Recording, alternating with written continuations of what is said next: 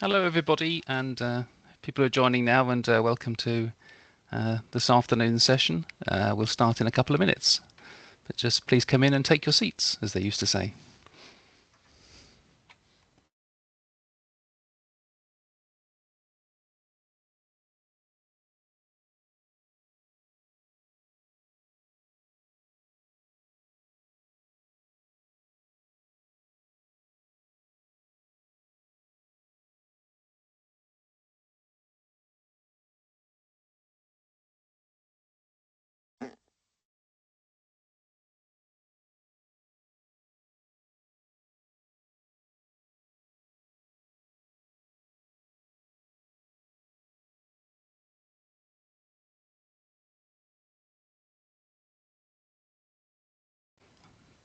I think people are steadily arriving, so I'll just give it a few more seconds, and then we can start.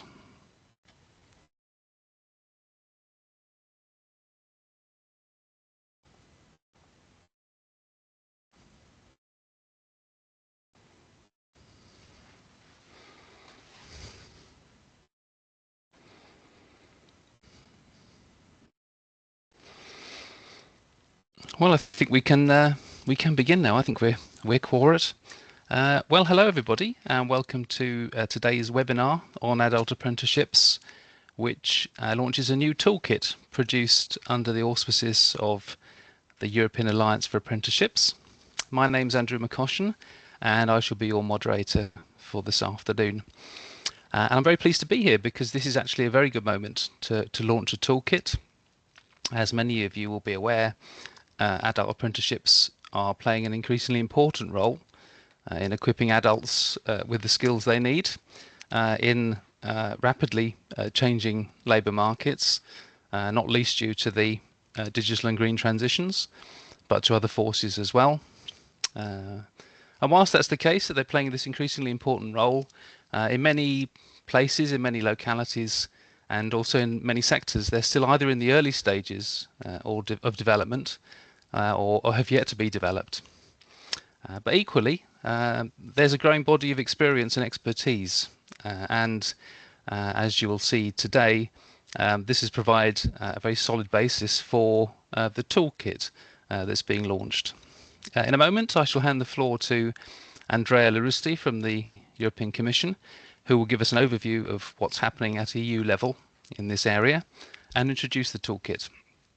But before that, I'll ask the next slide to be popped up, so I can just draw your attention to the housekeeping rules and also then run through the agenda. So if you could make sure your microphone and camera are turned off at all times, that would be good. Please do use the chat to leave comments and ask questions and interact with us during the event. Please do note that the event's going to be recorded so that a wider audience can actually hopefully benefit from it. If you do have any technical issues, please send us a message to the chat or contact us at eafa.events@ecoris.com. As for the agenda, which is on the next slide, as mentioned, we shall have first of all, we shall have an introduction from the Commission, and then after Andrea has spoken, we'll have 2 rounds of discussions.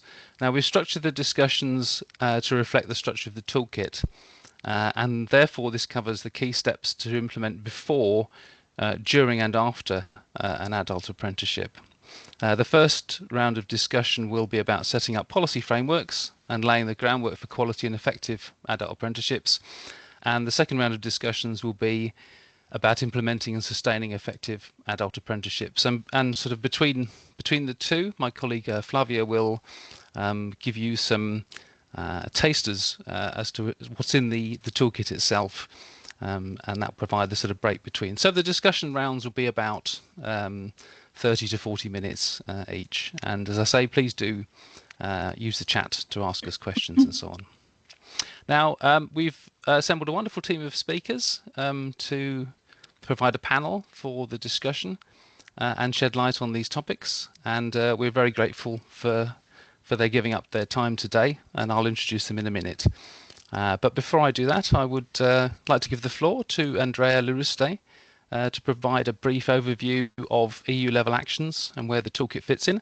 Andrea is Deputy Head of Unit for Vocational Education and Training and Skills Portability, and that's in the Jobs and Skills Directorate in DG Employment. And Andrea, it's over to you to give us a sort of helicopter view of current EU level actions and where the toolkit fits in. Over to you. Okay, many thanks, Andrew. Welcome everyone to today's webinar dedicated to the launch of the European Alliance for Apprenticeship Toolkit on adult apprenticeships. I'm delighted to introduce this timely discussion that addresses crucial issues in the realm of adult learning in better occupations. As you know, Europe is facing significant demographic challenges. Our workforce is dwindling, and projections show that Europe's working age population will continue to decrease by 1 million adults each year until 2050. In parallel, Andrew mentioned already, rapid technological advancements and environmental shifts are transforming our world of work. These changes underscore the need for new skills and adaptability, presenting us with hurdles, but also opportunities. When you consider that people tend to stay in the labor market for 4 decades, this means upskilling and reskilling will be much more necessary than in the past. At the EU level, we have set a target of 60% of the adult population that should take part in learning every year by 2030. However, 1 in 5 adults struggles to read and write, and less than 40% of the adult population take part in educational training. So we are far below our 6% target. For low-skilled adults, the participation rate falls even further to 18.4%. Many adults lack basic digital skills, which are necessary for over 90% of the jobs today. Why do people not upskill? Just think what holds you back or what you find challenging if you're currently taking a training course. It's things like time constraints, financial hurdles, care responsibilities, sometimes also motivation or lack of motivation that deter many from pursuing further learning. This is where apprenticeships come into play. Apprenticeships offer the benefit of combining learning with earning. They allow individuals to gain competences and qualifications without having to leave the workplace or attend evening schools. However, it's vital that we tailor these apprenticeships to meet the specific needs of adults, which might mean shorter or more flexible programs, more time spent at the workplace, support for parents, and fair pay and benefits. Adult apprenticeships provide a promising avenue for upskilling and reskilling adults, with several member states, for instance, Finland, Denmark, and France, successfully utilizing them already. Recognizing this potential, the Union of Skills Communication that we announced, that we adopted in March this year, announced that the European Alliance for Apprenticeships would refocus its efforts to better target adult learners, including through the introduction of this new toolkit on apprenticeships for adults. Over the past few years, with the European Alliance for Apprenticeships, we have continuously examined the potential of adult apprenticeships, even at high-level events. Now we are taking a significant step forward with this toolkit. It's designed to support policymakers, public employment services, vocational education and training providers, and companies, offering a step-by-step guide for designing, implementing, and monitoring adult apprenticeship schemes. The toolkit addresses challenges and barriers that hinder adult apprenticeships, proposes strategies to overcome these obstacles, and shares good practices from across Europe. Today, I invite you to listen to our distinguished guests. They'll discuss the key challenges and opportunities for expanding adult apprentices in Europe. Andrew will facilitate our discussion and present the main outlines of the new toolkit. My colleagues will also share a link in the chat for those of you who might not be familiar with the European Alliance for Apprenticeships. Thank you for joining us, and I look forward to a dynamic and fruitful conversation. Thanks very much, Andrea. I guess also if people have any questions, then they could put those in the chat, and you and your colleagues can will do your best to answer those if you're able. Is that right? Yeah, that's great. Course. Thank you. Thank you. Thanks very much, Andrea. So now I'm delighted to turn to our first panel discussion. The aim of the discussion is really to hear from people directly involved in adult apprenticeships and the challenges and opportunities that they afford. We've brought together what we hope is a good mix of people from different backgrounds, from different stakeholder groups, employers, providers, and apprentices, and those people who have therefore have different perspectives on the topics at hand, so that actually we can get a better understanding of the key issues by looking at it from different angles. This is also an opportunity to hear about and share good practice examples that can actually show the practicalities of how companies and vet providers have got to grips with adult apprenticeships. So to discuss these topics, I'm delighted to welcome our four panelists. In no particular order, I'm very pleased to welcome Vlasis Korovilos, who is an expert at CEDEFOP in the Department for Vet and Skills. And Vlasis has worked extensively on apprenticeships, including CEDEFOP's European database on apprenticeship schemes, and in symposia and in policy learning forums, as well as CEDEFOP's community of apprenticeship experts. We also have Gina Ebner, who is Head of Policy and Deputy Secretary General of the European Association for the Education of Adults, who will bring us the adult apprentices perspective. The EAEA promotes adult learning and participation in non-formal adult education for everybody, and has 125 member organisations in no less than 43 countries, so a very broad perspective there. Gina's actually got a background in language training for adults and was a pedagogical manager for a vocational training institute in Austria before joining the EAEA. Also delighted to welcome Sara Consuegra, who is an officer at PIMEC, which represents small and medium-sized enterprises in Catalonia in Spain, and which is also a member of EAfA. As well as contributing to our discussions, Sara will give us inside information, insights really, on PIMEC's initiative called 30 Plus, through which older people can apply to new positions in enterprises. And finally, we have Gertrude Hirtreiter from the German Confederation of Skilled Crafts in Brussels, who will help us to understand more about the employer's perspective. Gina's been at ZDH since 2001 and is head of unit for vocational education and training, research and innovation, and women, youth and culture in skilled crafts. ZDH is also a member of EAfA and has been a member for 11 years and focuses on improving the image of vet. Like Gina, Gertrude has a background in teaching, which also means we have at least two people on the panel with a first-hand understanding of the practicalities of teaching and learning, which is always excellent to have.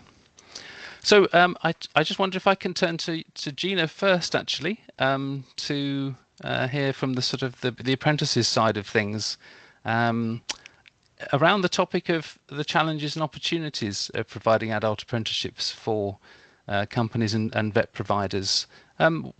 Gina, do you have any perspectives on this side of things?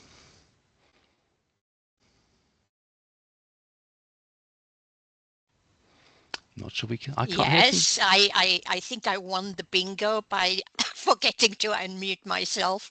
That's all right. I still do that, Gina. Don't worry. Okay. Well, thank you. And absolutely. I would like to start from the learner, because that is what we do very often, or most of the time, in adult education, in adult learning. And here I want to posit that learner between the vet provider and the employers and so on. So I think what is important is to have an approach that puts the learner in the center. We do have a framework, or should have a framework, that is quite strong. I mean, apprenticeships are part of the formal system. And I think one of the promising things, but on the other hand, also one of the challenges, is to combine a formal system with a non-formal or informal approach for the learner. And I think I can already sort of look forward because we will hear more about the toolkit. I think the toolkit provides very good answers for that. So I think at the beginning, what is really, really important is validation and recognition of learning, and that needs to be in place. And that is where also the needs and the approaches of the learner are taken seriously. While during the apprenticeship, it needs to be clear that, again, the situation of the learner needs to be really, really at the center, because they might have challenges like childcare, financial issues, etc., etc.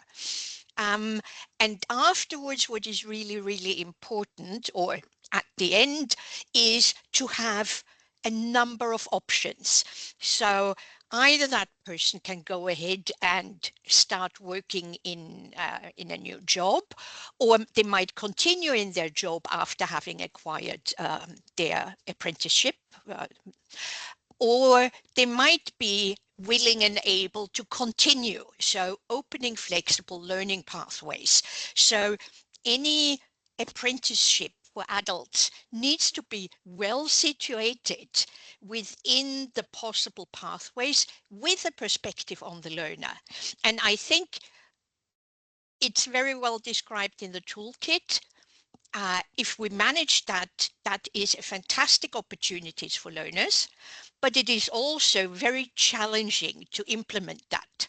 So, and I think you'll probably hear from my colleagues about those challenges even more, because it concerns not only the teachers, but the employers, etc. Thanks, Gina. Yes, that's a wonderful cue for maybe the employer side to come in. So maybe I could, Gertrude, could I bring you in at this point to give us this side, as Gina beautifully outlined, with learner in the center, but providers and companies around. Okay.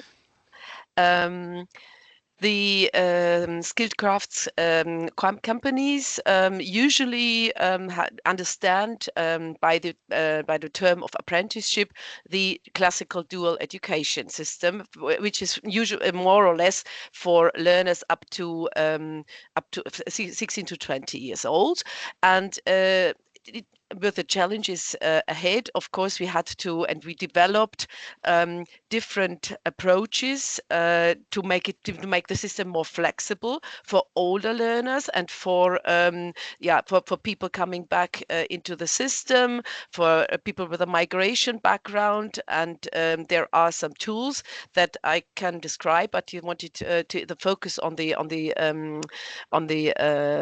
company side.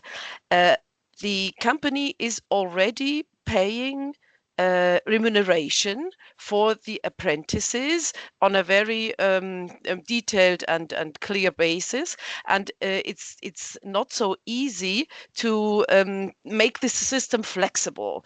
That's why we started to develop a system of partial qualifications. That means the qualifications are being split into different modules, and these modules are at the moment being developed. We've not finished this process, and the learners can do these modules, and in the end they have to take an exam which is called the external examination, because what we want is the holistic qualification that the employers need.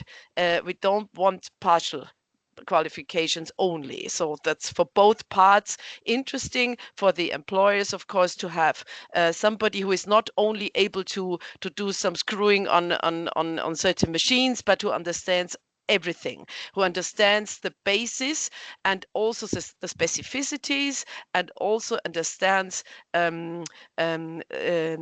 aspects like dealing with the client, and also how to behave in somebody's apartment when they are electricians, for example. So that's very important from an employer's point of view, that also partial qualifications and flexible ways lead up to the holistic qualification in the end.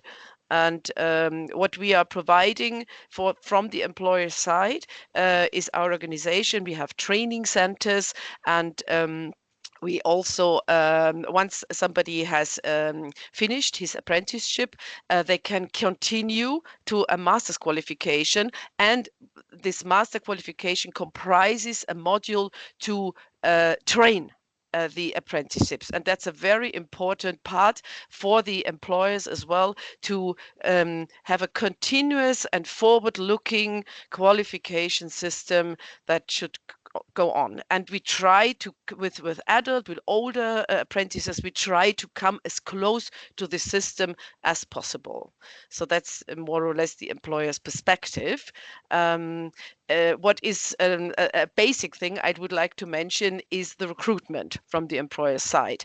And we have been active with an image campaign that we also make part of the EAfA, of the center of our EAfA activities.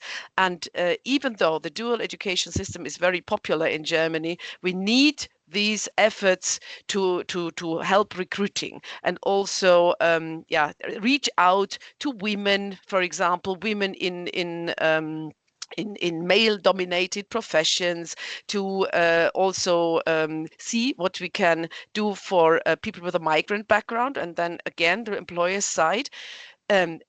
Our companies invest for some years, even for older apprentices, and everybody's happy. The company is happy, the apprentice is happy. And what the problem sometimes can be, that the regulations from the paperwork from the ministry cannot keep the apprentice, even when he has finished his apprenticeship, he cannot be kept in the company. And if this happens not only once, but more often, it is not good for the reputation for the companies, because they experience this once, and then they are not so keen to employ difficult apprentices, if you want to say it like that. So we have to work on that as well. Okay, No, thank so you, much from Gertrude. my side. Yeah, thank you very much. That's very interesting. I found what you were saying about the qualifications and splitting up the program into modules. It's good to hear that that's going forward, because I know it can be very challenging thing to do in some apprenticeship systems, like in Germany, where the concept is a very holistic one about what the apprentice learns. So it's good that even in Germany, you can, if you can achieve it in Germany, then you can probably achieve it anywhere. Sarah, can I come to you yet? Do you have any further light to shed on these sort of issues in terms of the challenges and opportunities from the SME challenges, side? and I wanted to mention also the sorry. I was going to move on to Sarah, actually. Sorry. I'll come back to you, Gertrude. No, later on. No, I mumbled. It's okay. Sarah. Yes, we think that time constraints and schedules, that families often have family or work responsibilities. They have a wide variety of digital levels. People are sometimes very outdated, or they can be highly advanced profiles. There has to be coordination between companies, vet centers, and public administration. In Spain, for example, all active labor market policies come from public funding, and deadlines do not always meet the company's needs. And also, we find that what the administration requires does not always match the needs of the business network. So there's a mismatch between supply and demand. Thank you. And you're highlighting there this sort of the huge variation you find in the adult community, of course, and it's maybe you find that at all age groups, of course, but when people have been away from the education and training and their skills are outdated, as Gina mentioned at the start, validation systems are very important to sort of address that kind of issue, and that kind of moves us into sort of what things might be needed at policy level. So I wonder if I can bring you in here, given I guess you have some sort of an overview really from your work at CEDEFOP on apprenticeship schemes and how policies might be progressing. Of course, very difficult to generalize at European level on these topics, but maybe you've got some insights you can share with us. Yes, Andrew. I will start from your second point. And it is true that, as also the other speakers have mentioned, that there are many benefits when you apply apprenticeships to the adult population. It makes sense in many ways because it brings benefits for learners, employers, and state budgets and societies. And I will not expand on this. I think there is a lot of documentation on these benefits. We have been exploring this at SETE for many years now, almost a decade, and I can share material on this. But what I wanted to mention is that we have been observing exactly this expansion, this significant shift in the apprentice population. The average age of learners, of apprentices, is getting higher in most EU member states. In fact, it's well over 18 years of age. And we have many new schemes popping up, opening, actually new programs popping up, opening to adults. Not only young adults, the age of 18 to 24, but for people over 25 or 30 years of age. One thing that we have noticed is that it's usually the same apprenticeship scheme that is offered to adults. So this is a good news in terms of policy making, because you do not require great reforms in a system to make it available to adults, but you need targeted, smart, incremental improvements, which I will mention. So one of the things is that you mentioned the regulatory barriers. One of the things to start with is like remove some of these regulatory barriers, allow people of older people to enroll to systems. Sometimes we still have limitations on the enrollment age, the maximum enrollment age in apprenticeship schemes. Another regulatory barrier has to do with the ability of certain providers to work with certain learner groups and age groups. So a provider that is typically operating at upper secondary level might not have the mandate to work with people over 25 years old. So this is another regulatory barrier, an example. And when we had these expansions for example, in France, where more apprenticeship centers were able to open, then we had also a significant increase in the participation of adults. Then flexibility in the delivery. Policy making should take this into consideration. Flexibility in the delivery, we had a very good example from Gertrude, because it is flexibility that does not sacrifice, let's say, comparability of the final output. It is important to note that in a world of modularization, in a world of micro-credentials, in a world of many different let's say, term responses, training options, that apprenticeship needs to ensure that in the end of the day, the learning experiences are comparable, so that the qualification is valued, whether it's been achieved in one company or the other, if it's achieved in 3 years, or if it's through a shortened period thanks to recognition of prior learning, etc. Then another policy implication is the readiness of teachers and trainers, and the capacity of teachers and trainers, because you might have schools that know how to work with apprentices, but not adult ones.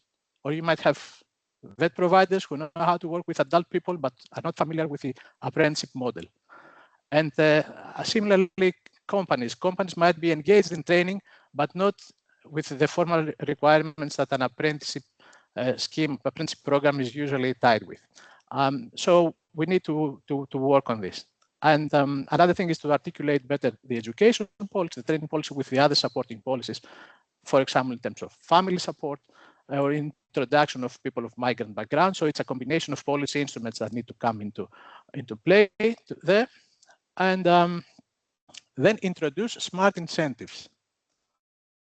Consider that adults have perhaps the need for higher wage, but also bring to the table, not always, but possibly bring to the table a higher set of knowledge, skills, and attitudes compared to younger learners. So it is natural to bring forward the idea that through a skills assessment process, We recognize what these people bring to the table, and we make the case for a more progressive way of reimbursement. And then you go to raise awareness. If you sort these things out, then you go on to raise awareness. But I would like to make one final point for policymakers and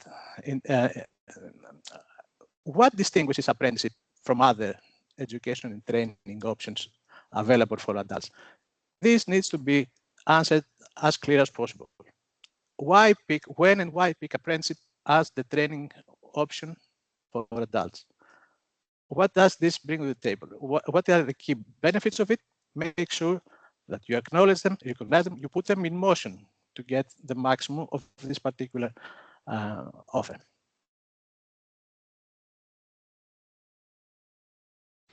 Thanks very much, Vlasis. Sorry, I thought you were going to provide an answer to that question. But it's a very, not that should be there. But thank you very much. Yeah, there's a whole lot. It's very useful there. You basically described a whole package of measures that are actually needed in this field, and the sort of from the sort of system perspective, it can seem quite challenging. But Gertrude, I know you had, if I can bring you back in here, I know you had some views on the sort of what has to happen at policy level in terms of validation procedures and Exactly. and career guidance and things. Okay. We have a project in Germany that's called Valicom, which started as a pilot project from the skilled craft side, and it addressed, and now is being rolled out as Valicom transfer all over Germany. It addresses people without formal qualification, minimum age 25, and professional experience, migrants, refugees, unemployed, career changers. The goal is to develop a procedure to make the existing know-how and professional ability of these people visible, and thus increase their chances on the labor market. And we have developed procedures and information documentation to follow, to have a set of and instruments to do this. As a feedback, we can also say that especially on the psychological side, it helps people who return maybe from maternity to the labor market. It helps to make for them to make them aware what they know, and by making these qualifications and skills visible. That is a positive side. There used to be a bit of a problem with we cannot validate, we cannot supply as a validation and apprenticeship. It's always the holistic apprenticeship qualification that we intend and that we have in mind. That was on the validation side, and we also introduced this Valicom project and Valicom transfer as a best practice at European level. Then another issue we have in general in the skilled crafts is the level playing field with the universities. So we are trying to in many on many spots to work on that. We introduced the higher vet tertiary qualifications in Germany, and now we are turning to the practical side to really have an equivalent of university students and also vet students, and we are talking here about public transport contributions, about housing, but the very important thing is the career guidance, career guidance aspect. Schools, especially grammar schools, tend to inform a little bit more about university pathways than give the whole picture of the work-based learning and the possibilities in the professional sector as well. So for us, this career guidance is very, very crucial, and we're trying. It has improved a lot, but since we identified the topic as, and yeah, but there's still some work to do. Yes, Okay, yeah, indeed. And yes, career guidance is an interesting area in itself, isn't it? And how that yes. that often needs reinforcing, pepping up in many countries, I think, to support this. And there you're raising the issue of how the pathways into apprenticeships. And maybe Gina, I can come back to you on that question of sort of pathways and outreach to certain groups. I mean, one of the challenges with apprenticeships in general and adult apprenticeships is the diverse client group that you might be dealing with, and some need more support than others. We also had a question in the chat about the stigma that might be attached to apprenticeships in some countries. So I think there's kind of a connection there in terms of outreach, promotion. So would you like to share thoughts on that? Yeah. Yes, I think apprenticeships are an excellent instrument for outreach, or to bring people in to a learning, or on a learning pathway. But as you said, there might be the issue of stigma, and so I'm very hesitant to hear about or it is an instrument for people who have difficulties, whatever. It's, in a way, it's not, it is, and we need to sell it that way as well. It is for someone who wants to be a good craftsperson, who wants to work on the issues and then continue. And that is what the population wants. We want people who come to, for example, who come to our home and know how to fix the electricity, and so on and so on. So I think in the whole discussion, we should really look at the positive outcomes, and it needs to be sold that way. That's the business case. Everyone wants to have good craftspeople around, and that is the approach. When it comes to finding people, I think that's the point, and I'm coming back to career guidance because obviously that's very, very important. But even a step before, if, for example, you like cooking, that is an opening. Do you want to become a chef, whatever? So there is an opportunity to really target people by saying, what is it you like? What is it you like doing? And can we find something? So we need to make sure that we manage that. And I think Lars mentioned it earlier. We can use, and we need to use, all kinds of systems or all kinds of places where we bring people in. Might it be family centers, where you have people? Might it be schools where you can do outreach? I'm also thinking, how can we facilitate, if people are participating in basic skills training? How can we really link very well that basic skills training and then the step into apprenticeships? Can we bring it together? So outreach is extremely important, but I think with the approach of bring your knowledge, bring your skills, bring your interests, and not, have you dropped out of school or have you had problems, but bring all your talents and interests, and hopefully we'll find something for you to actually work on that. I mean, it sounds now easier than it actually is, but I think that might be quite promising.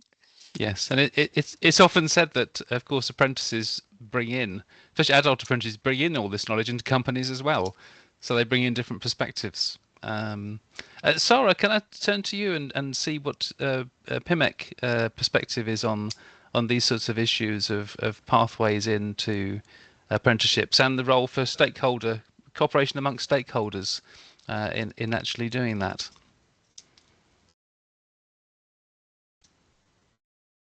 Yes, sorry, I had my mic muted. No problem. We think that reaching adults who truly need opportunities requires joint work employment services, training centers, companies, social partners, and third sector organizations. Each of them reaches different and complementary profiles. Cooperation is also essential to ensure continuous support. We also think that when the guidance counselor, learning center, and the company share information and objectives, pathways work better and participants are less likely to drop out.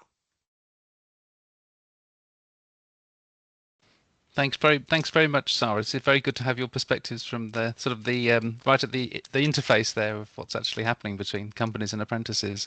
Vlasis, can I bring you back in maybe to sort of final comments on this part, which is around what needs to happen kind of at system level in relation to things like validation and outreach services and this wider issue of kind of the stakeholder kind of framework for apprenticeships, really. Yes, absolutely. I think one, because you mentioned outreach, and Gina said, let's be positive, let's provide the positive. I think we should acknowledge and pass on the message that comes very frequently when we study apprenticeships. People and employers who are involved are usually very satisfied with apprenticeships, with their experiences, the progression, or the labor market transition to the outcomes.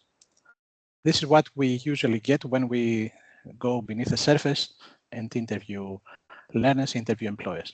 And we need this to be made clear more, let's say, vividly. And for that, we need more evaluation. And we want all actors to be involved in evaluation, because who can speak better about the business case than employers? But do employers participate or, I don't know, initiate their own evaluation? What are the real benefits, the longer term benefits that employers enjoy from participating in apprenticeships? Also in relation to perhaps other training options, because I see a comment here in the chat that comments might tend to hire interns in the end. But have you studied what is the full spectrum of benefits that an apprentice brings to the company?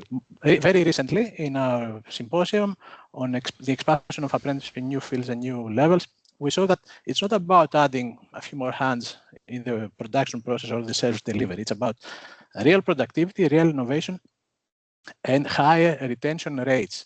Apprentices who are integrated, we're talking not only about young people, but adult apprentices who are integrated in the system, in the culture of an organization, tend to remain. So this investment, initial investment in training, pays off in the medium and longer run.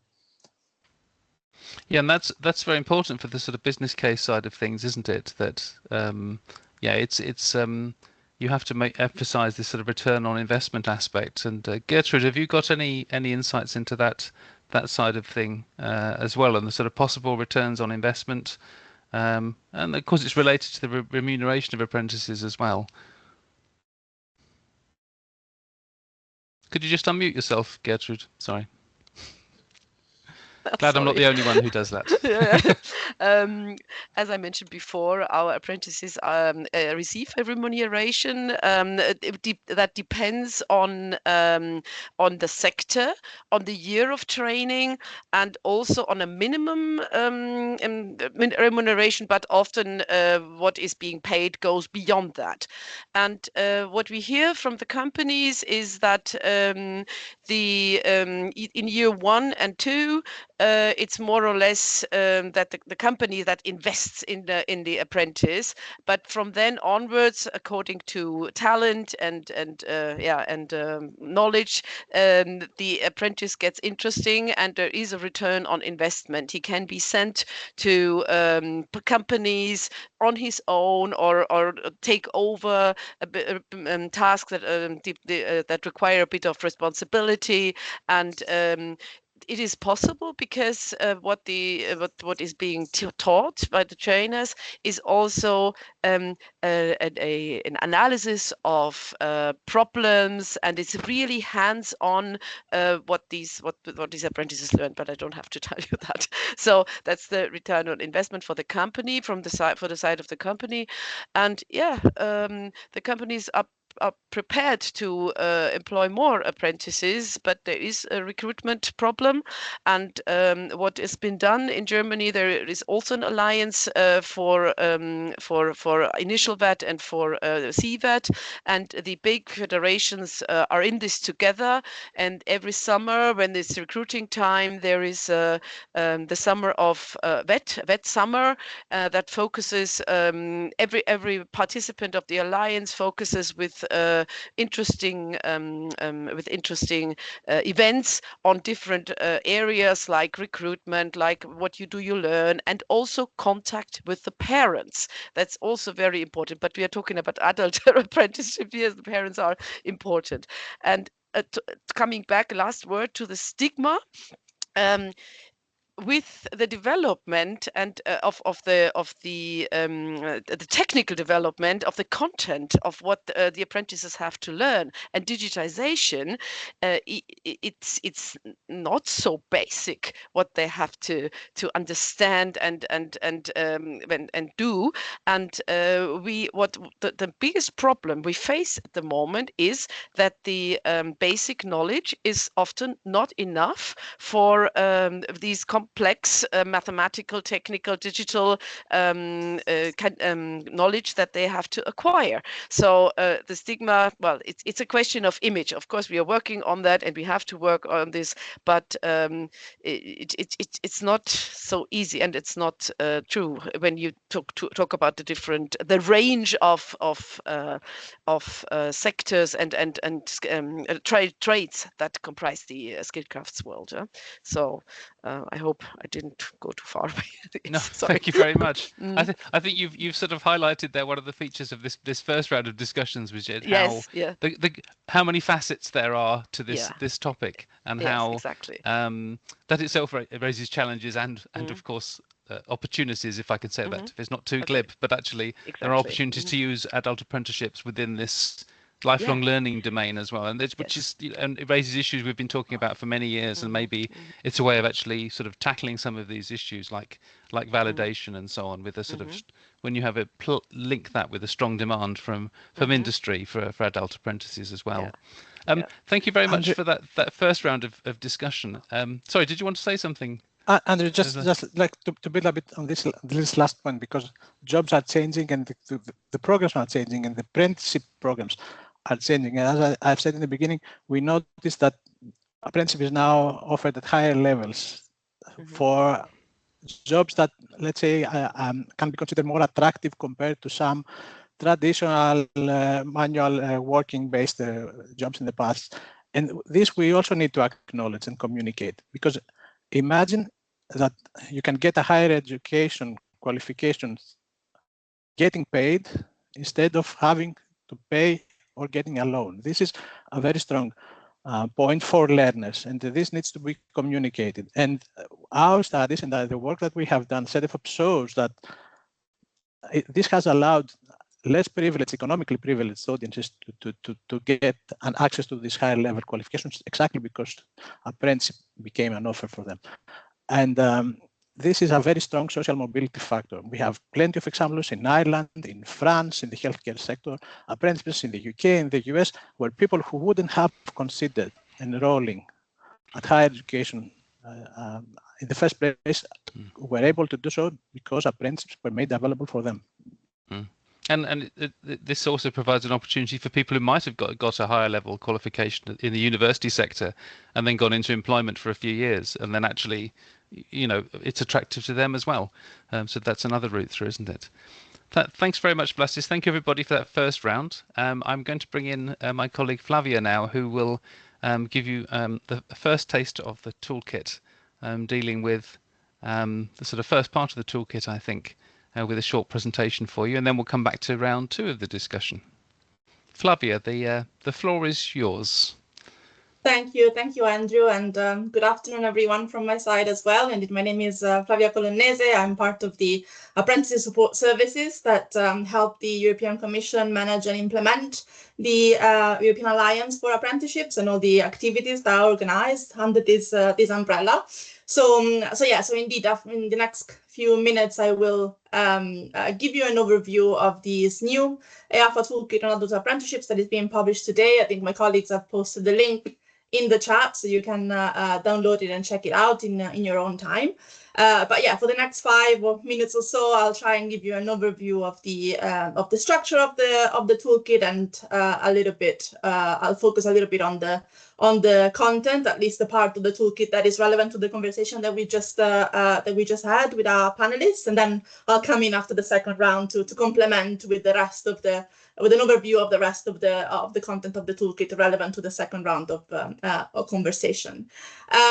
So yeah, for those of you who have been engaging with the EAfA for the past few years, you'll know that this is the third toolkit of its kind. So we had a first toolkit in 2023 that was focused on apprentices mobility. Then last year we had a toolkit on introducing digital skills in apprenticeships. And now this year we're focusing on adult apprenticeships and how this formal work-based learning can support adults to develop their skill set, upskill, and reskill. So as you can see on this slide, this is the structure of the cover of the toolkit, and this is the link where you can find the toolkit, but it's also been posted in the chat. But just to tell you a little bit about the target audience and the structure. So the idea is that the toolkit provides tailored advice for policymakers, but also practitioners, companies, vet providers, and public employment services. It starts off with an introduction just to clarify some key concepts so that we're on the same page in terms of what we mean by adult apprenticeships and adult education and the role that apprenticeships can have in supporting lifelong learning, upskilling, and reskilling. As part of this introduction, we also provide an overview of the latest developments at EU policy level, but also funding instruments set up by the EU that can support adult education and training and lifelong learning. And then we have 2 main chapters. One is dedicated to the policymakers, and it sets out what we call building blocks in terms of steps that have to be taken at policy level, legislative level, funding and investment that is needed to build what we call an enabling environment for adult apprenticeships. And then there's a second chapter that is dedicated to practitioners, as I said, companies, vet providers, and PES, which provide step-by-step guidance to support practitioners in setting up and implementing adult apprenticeships. And then sprinkled around the whole toolkit, we have added examples of projects or initiatives that hopefully can be inspiring for the audience, for the readers of the toolkit, as well as self-assessment tools for each of the toolkit users to understand where they are and how they are progressing towards setting up and implementing adult apprenticeships. In terms of the content, I will focus mostly, as I said, on the part of this toolkit that is relevant to this first round of discussions that we've had. But just to give you an overview, the chapter dedicated to practitioners is articulated around these 3 stages of the adult apprenticeship journey, as we call it. So there's a first part of the guidance that is dedicated to what needs to happen before an adult apprenticeship is set up.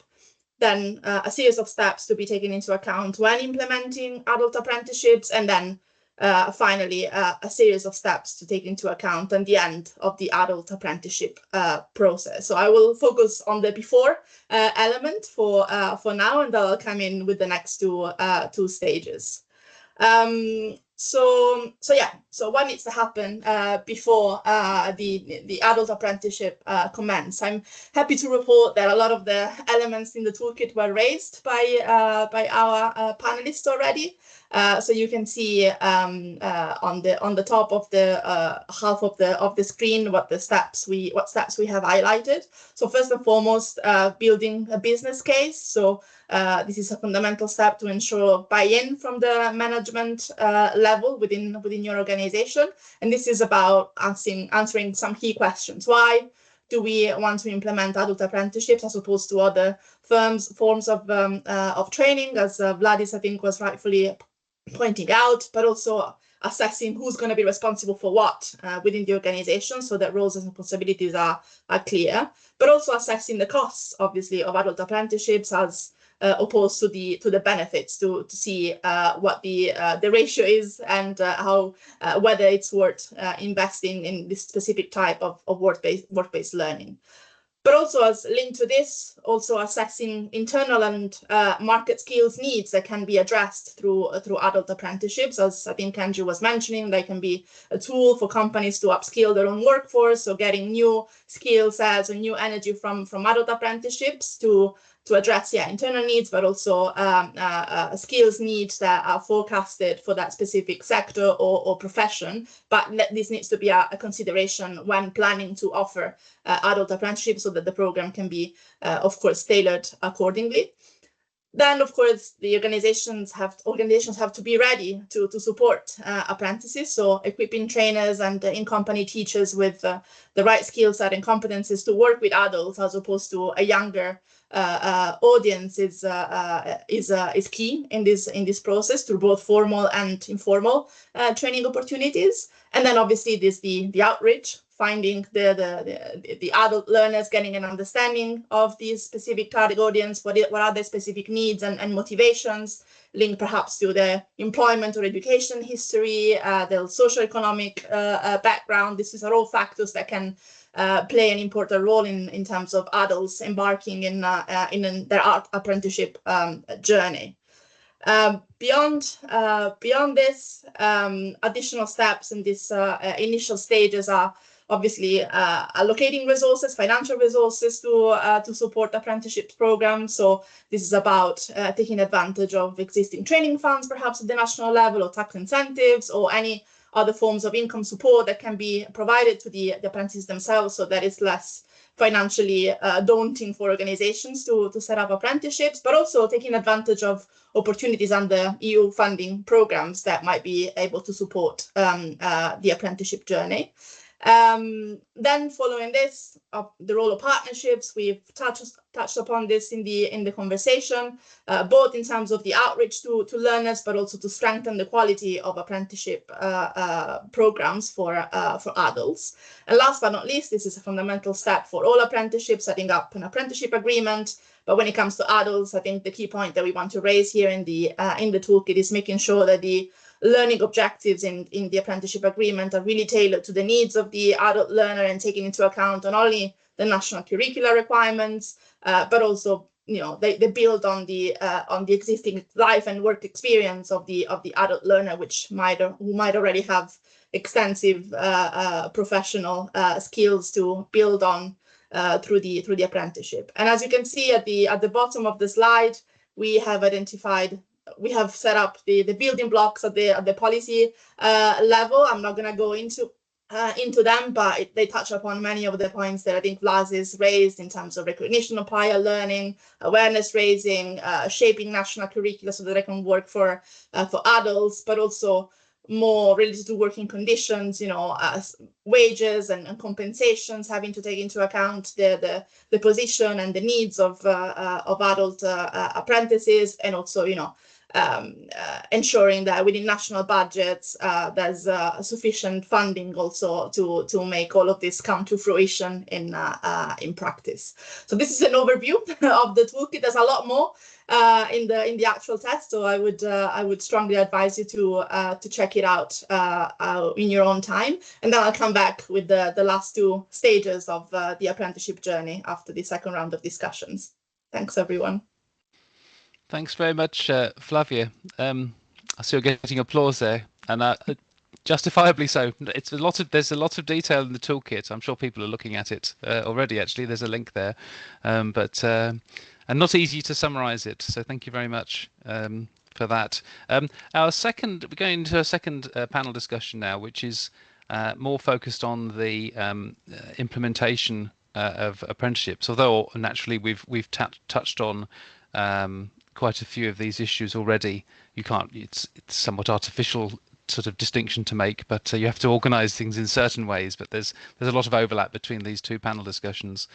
And the first question we're interested in is I suppose is putting more detail on this question around how apprenticeship offers can be shaped to meet the needs of adult learners, integrating more flexibility and providing additional support. And Sarah, could we start with you? Can I bring you in first and get your hands-on perspective really of what you're doing at PIMEC, perhaps with your 30 plus initiative? Thank you. From our experience with the 30 plus program, we see that adult learners have profiles, rhythms, and needs that differ from those of younger people. And this requires rethinking the training offer. For it to be effective, we think that it must include real flexibility in schedules, intensity and modalities, schedules compatible with family and work responsibilities, combining in-person and online training, and also learning to progress in blocks and get certifications per module. Training linked to previous experience and professional goals. Prior skills must be recognized and validated. Curricula must also be adapted, less theoretical and more applied to the workplace. Also, personalized guidance and support. Tutors must be able to provide individual follow-up, especially for digital and communication skills. And last, we think that pathways that ensure immediate employability, like training closely linked to real jobs, as we do in 30 plus. Close cooperation between companies, training centers, and career counselors is key. So I guess, yeah, that's very interesting from the point of view that the thought that it sparked in my head is that if you have the sort of the programs and qualifications around apprenticeships which are nationally set or sectorially set, then the adult apprenticeships are about converting those into a sort of modular structure, so that then you can also have the sort of flexibility on the sort of provider side in terms of how people learn and when they learn, and the timing of that, as you mentioned, the schedules and so on. Gina, can I bring you in next? What's your experience in respect of these sorts of topics on the flexibility side and the support side of things? I'd rather start with the support side of things, and because outreach, I mean, we already talked a bit about that, but nevertheless, I think there is a strong need, and here we have some good examples from our work. I mean, you probably know, in parallel to the adult apprenticeships and the work that the European Commission does on that, there is also the policy of upskilling pathways, which is very much or where you could say the adult apprenticeships are very much an example of successful upskilling pathways, where very much, I mean, it is basically 3 steps, which is skills assessment, then modular and targeted training, and then recognition of what the person has learned. So you see, it is quite parallel. And in that area, and the same is true for apprenticeships, what is really important is to bring stakeholders on board. You have already mentioned the number, Sarah, and that is clear, but I think there are some issues. There are the stakeholders on the policy side, because, you know, it can be sectoral, it can be different ministries who are responsible, and so on. Then we have stakeholders like the social partners, etc.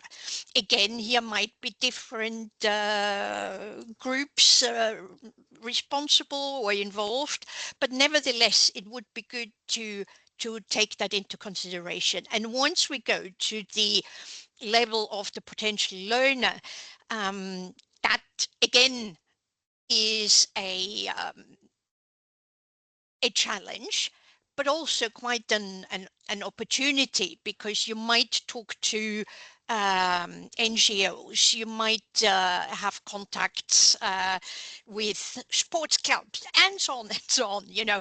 But I think what would be really good is to, and it's happening in many areas, is identify who are the stakeholders and who are possible missing stakeholders and how to bring them on board, and setting up sort of a cooperation mechanism. And we have had great experiences that you bring, I mean, it's not in the area of apprenticeships, it's another example, but one of my favorite examples is that there is an initiative in Portugal, and they do their initiative with €100 per year. But what they have, for example, is the fire brigade actually goes around with their cars and vans and picks up people and brings them to the learning spot. So, I mean, there are all kinds of initiatives where you might not expect support, but where you might actually discover it. And I think here, especially on local and regional levels, there might be lots of stakeholders that can be actually very helpful. But we do need a bit of time and involvement to find them, identify them, and bring them on board. That's a great example. I haven't heard that one, Gina, about the fire services being involved. And it just shows you the variety you can find, as you say, at this local level. We're having quite a high level discussion, but this is what it's all about, really, down at the local level. And Gertrude, can I bring you in here on your experiences with this sort of flexibility and providing support to people? First, a certain flexibility in training regulations and curricula is already built in, because the technology is not specified in the training regulations. It leaves it open in order to allow to adapt to technological development and state of the art. There's a certain flexibility inbuilt, but just to say that beforehand. In Germany, the German Vocational Training Act has been updated last year, and to make it more modern, more inclusive, more flexible, to exactly the means that we are discussing here. It involves validation. The instrument I was talking about beforehand is part of this, and there was a question in the chat.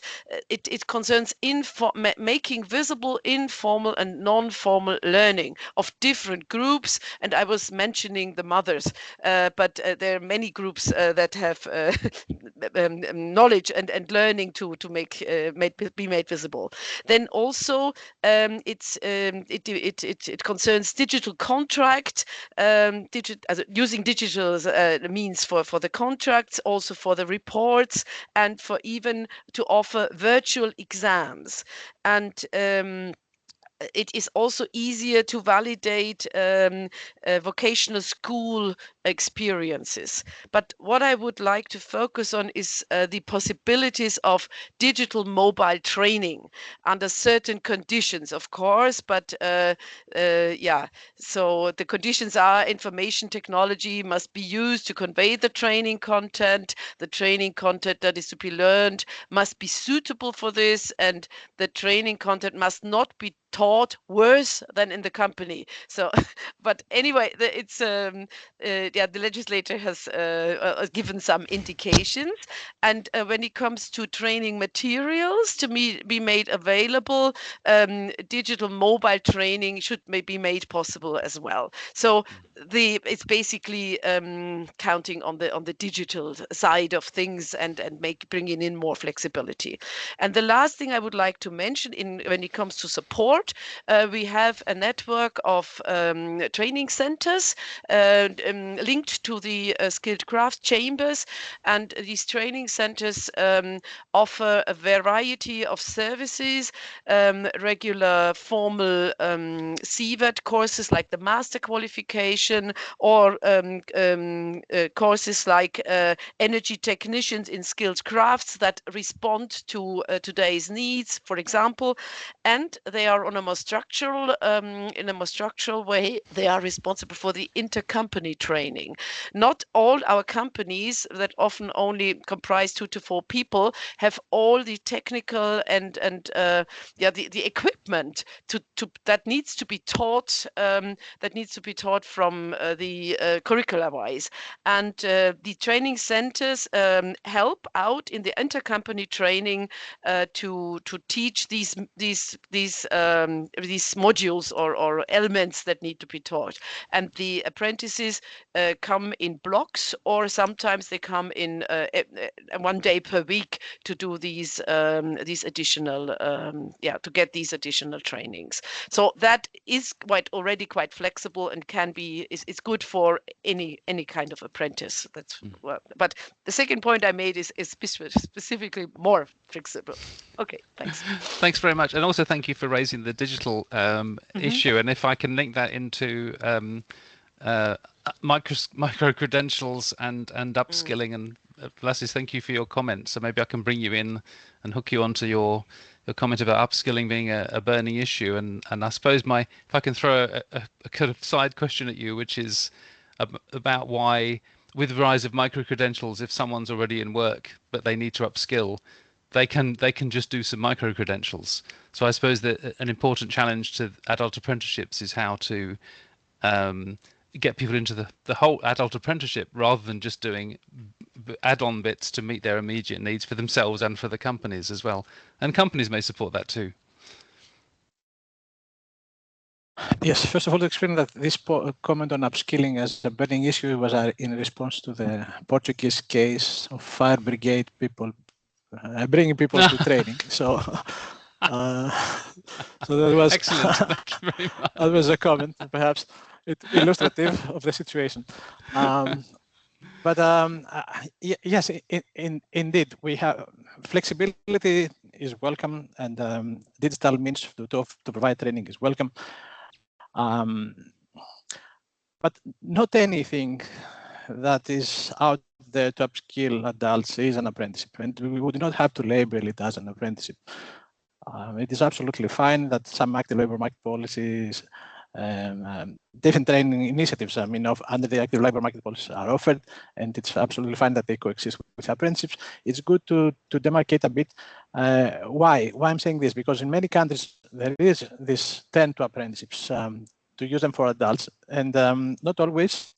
Some of the key features that makes an apprenticeship program successful are in place, and we had very good examples that where you can have flexibility with a reference to the complete comprehensive final qualification. I think this is where we should be aiming at. So modularization can work, digital forms of learning can work, micro-credentials can work, with a view to them being stackable. So in a modularized VET, in a modularized apprenticeship system, all this can lead to a formal qualification in the end. And this is perhaps where there is a lot of room for support to those actors that design curricula, but also the room for support for those who deliver. And I would like on this opportunity to explain that for me, one of the key success factors at the implementation level is to offer this pedagogical, andragogical, in general methodological, let's say, support to the training actors, both VET providers and companies. The apprenticeship model has certain requirements. Adult learners have different requirements, and we need to be able to offer a lot of guidance on what to train and how to train it. There is we have seen in the past discussion with European countries that when apprenticeships are new to a sector or new to the country as a whole, there is some reluctance about raising the bar in terms of the expected learning outcomes and the quality of training and the rigorousness of the training provision. There's some reluctance because they think that this might scare off employers. But when we study this in greater depth, we see that SMEs in particular appreciate having such guidance, having such support, having a reference on what to train. And the update of the training standards in Germany, it's a great example. However, more need to be done in other European countries where we have outdated curricula that have not fully integrated into the learning outcomes approach, which would underpin this whole flexibility. Then thank you for mentioning pedagogy and andragogy as well, because I think it's at the nub. And I mentioned at the beginning that Gertrude and Gina are both have pedagogical, first-hand pedagogical experience. So maybe I can just touch on this issue, this very important issue, which is that, it comes back to your point, Gina, about the learner in the middle, and what actually happens in the vet classrooms and in the workplaces around apprenticeships in terms of teaching and learning. And Sarah, you touched on it as well in terms of suggesting that things have to be less theoretical and more workplace based. So Gina, do you have any reflections on these sort of the differences between adults and how they learn compared to young people, and how you actually make sure that teachers and trainers have aware of these differences at the very least, and then have the skills to do that? Because it's quite a challenge, isn't it, as well, for companies that are used to young people coming in doing apprentice, and then suddenly you're saying, well, actually you need to teach adults as well, and you could easily just try and sort of adapt the approach and in a sort of ad hoc way, but it needs more than that, doesn't it? Yeah.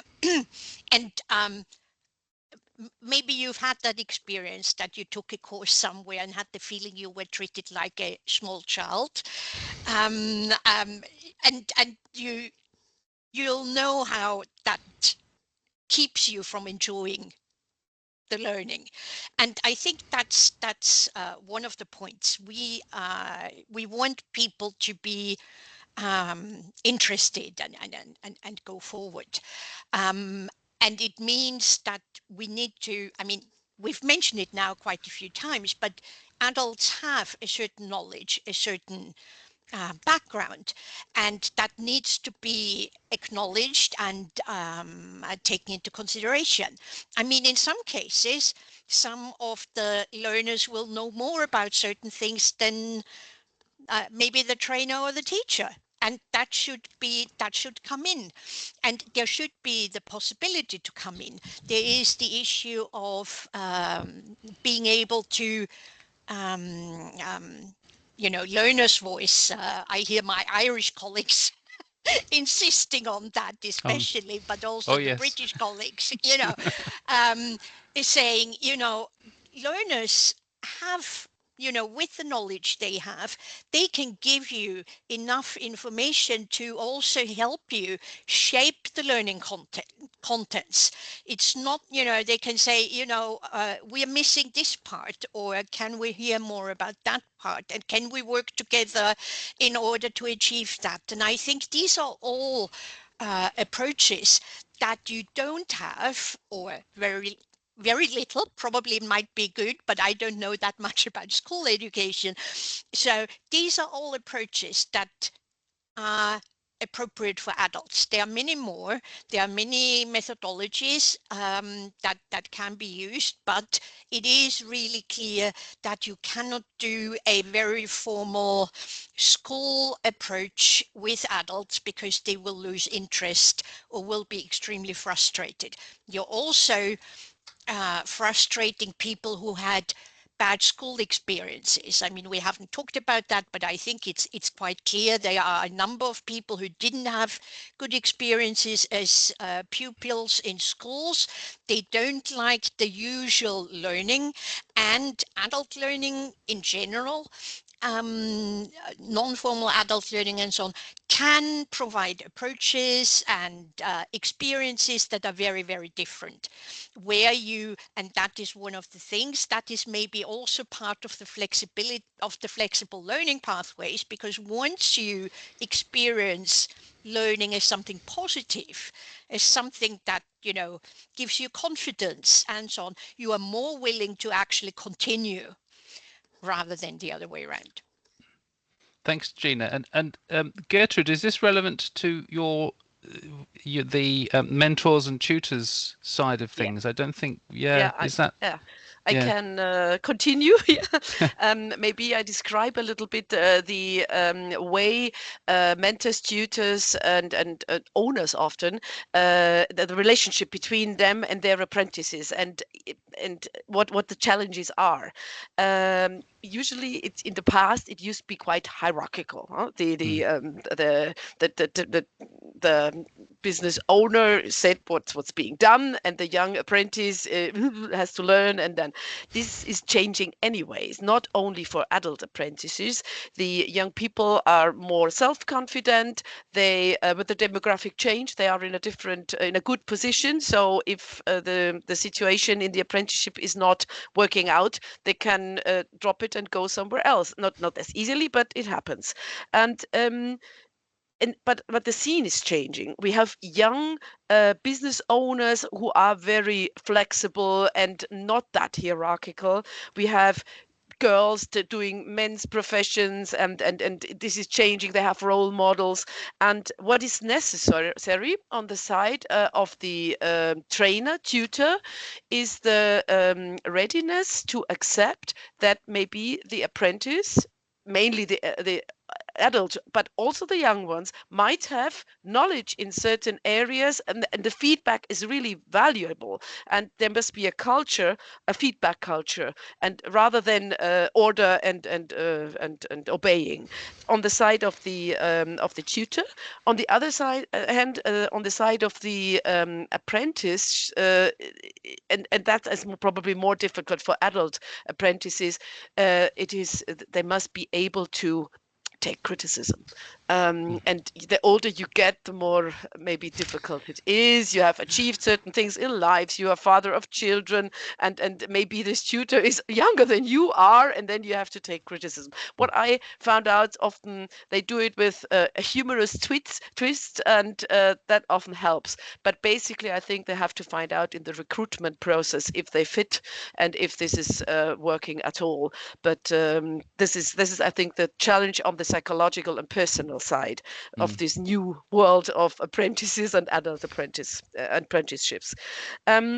On a broader picture, we need really help, not only guidance. We need welcome centers and a welcome culture wherever these people are come from, and it's also about culture, not only about a place of work. And we say in German Kümmerer, maybe we can translate it with carers, because many apprenticeships and also stays of people coming over from whatever country didn't work out because of a lack of welcome culture and the difference of the countries, but as also of a lack of people at the ground, really realizing the problems or the questions. Often there are questions, and often an understanding of what's being taught. So in the very early stages, these carers and social workers, sometimes all kinds of people they are crucial to make that kind of apprenticeship a success. And okay. Thank you very much, Gertrude. That's wonderful, and I think that you've highlighted the sort of dynamism of this topic and the context within which it sits. Because apprenticeships, we can origins in craft trades, which were established for centuries, and they're very static things. But now it's a completely different situation that we're dealing with, and we're sort of you're all on the leading edge of these developments. And thank you very much for sharing your your insights and your expertise with this afternoon. I need to close the second panel discussion, and I'm sure everyone would join with me in thanking you all very much for an excellent discussion. Before I just give the floor over to my colleague Flavia, who will finish off with a short presentation on the toolkit. So thank you, Sarah, Gertrude, Gina, and Vlasis. Thank you very much indeed. And Flavia, the floor is yours once again. Thank you, Andrew, and also thanks to the speakers from my side as well. And yeah, let me jump in again to just briefly go over the sections of the toolkit that touch upon the discussion that we've just had with our panelists, and again, happy to hear that many of the points that we raised in the toolkit actually correspond to what was just discussed. So yeah, just giving you a brief overview of the steps that we have identified in terms of things that need to happen while implementing an adult apprenticeships. Yeah, there's a key point on adapting learning methods and approaches to the to adult learners, because obviously it's a different cohort and they have a different set of existing skills and experiences that need to be taken into account. So this is all about considering flexible and modular programs, perhaps, or more contextualized learning, so less of a theoretical approach, but more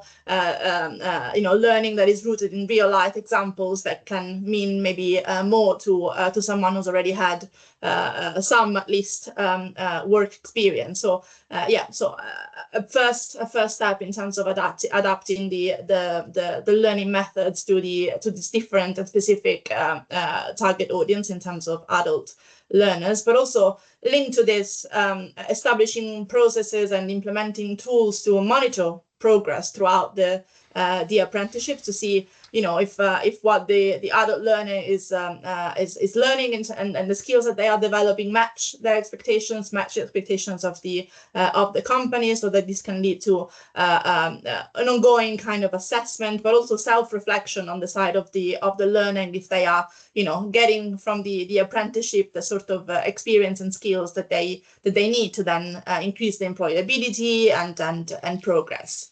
Again, linked to this process, then another step is around promoting an open and learning conducive work environment.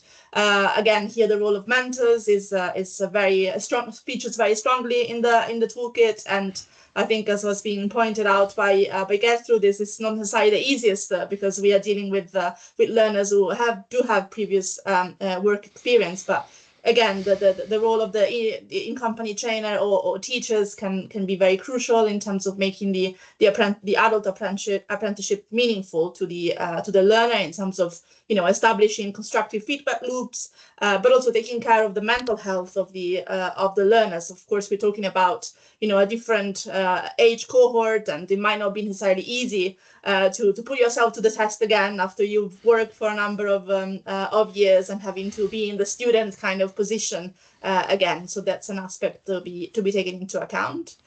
Then embedding flexibility in your learning pathways, so adapting a little bit to the different stage of life for adult learners that might require maybe a part-time approach to the apprenticeships, or modular models, or blended learning, so taking into account the opportunities that digitalization offers, or even just in terms of the timeline, allowing adult apprenticeships to enroll or pause the apprenticeships as needed, or shorten the duration of the apprenticeship depending on the existing competences of the learner based on recognition of prior learning.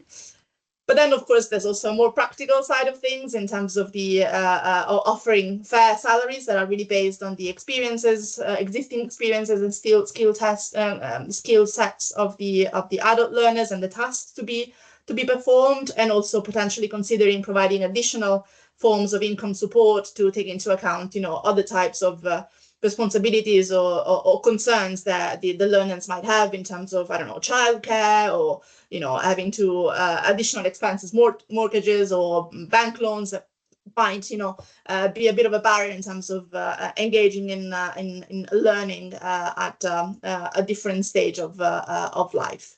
And again, at the bottom of the screen, you can see some of the elements that to be taken into account at the policy level, but I won't get into it, as I think we've touched upon them during the discussion.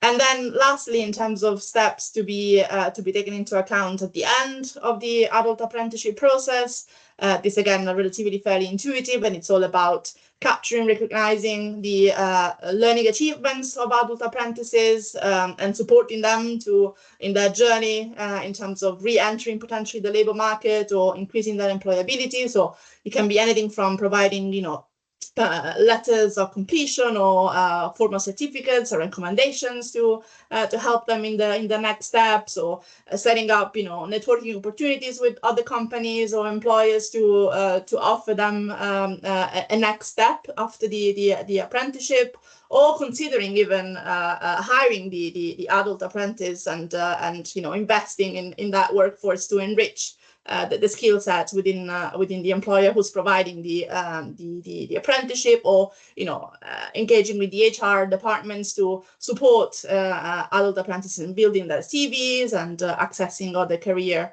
opportunities. And last but not least, the gathering feedback at the end of the apprenticeship, to make sure that we understand what has worked well as well, and all of this can be then used to further strengthen adult apprenticeship programs and the offer that is given to potential prospective adult learners. So again, this is a very quick, brief overview. There's a lot more in the toolkit. So looking forward to getting feedback from you, but I encourage you to take the time to go through it in more detail. Thanks from my side again. Thanks very much, Flavia, for an excellent summary of, as you say, all the detail that's in the toolkit. It just remains for me to wrap up the session.